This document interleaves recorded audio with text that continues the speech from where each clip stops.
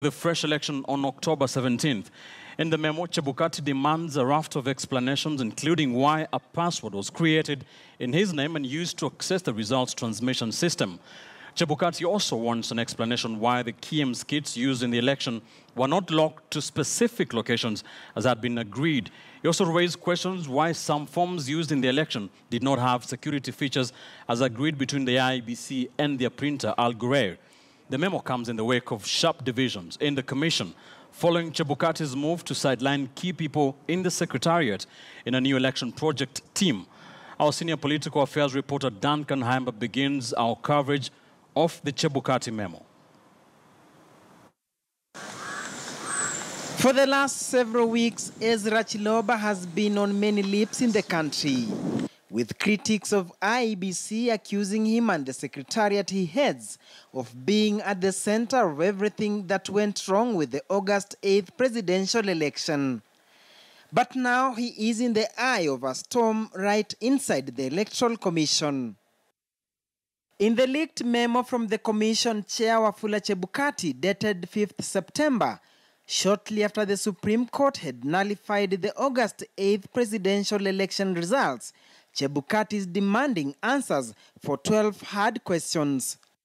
As a commission, among other things, the chairman who declared the presidential results wants the CEO to explain what exactly went wrong with the KIM's results transmission, where over 10,336 out of the 40,883 polling stations sent only text results without the accompanying Forms 34A. Noting that these polling stations had 4,636,556 voters registered therein. Another question from the chairman is why two individuals, Paul Mugo and Boniface Wamae, under instructions from the director of ICT, James Muhati, created a username account and password in the name of the chairperson of IEBC without his knowledge or consent, and consequently, the same account was used to transact over 9,934 transactions in the system. Also, Chebukati is demanding to know why a key feature in the KIMS kit called GPRS and geofencing were switched off 3 days to the election. These are the features that would have made it possible to tell the physical location of every kit at any given time. The memo suggests that some 595 polling stations failed and or otherwise refused to send any results for presidential election. This is an equivalent of 416,500 voters. Another big question is why 682 polling stations had an equal number of rejected votes as the number of registered voters in those polling stations.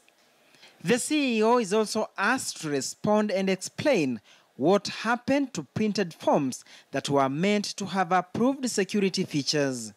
The chairman says in his memo that the forms were supposed to have names of candidates printed in accordance with standards confirmed by due diligence teams that the commission sent to the printer in Dubai. With regard to communication, the commission says it spent about 848 million to purchase satellite phones that were to be distributed to each constituency and county tallying centers as well as areas with no network, and was specifically supplied with the gadgets. However, none of them worked. Chebukati wants an explanation on what occasioned the massive failure in the devices that would have been used in transmitting the results.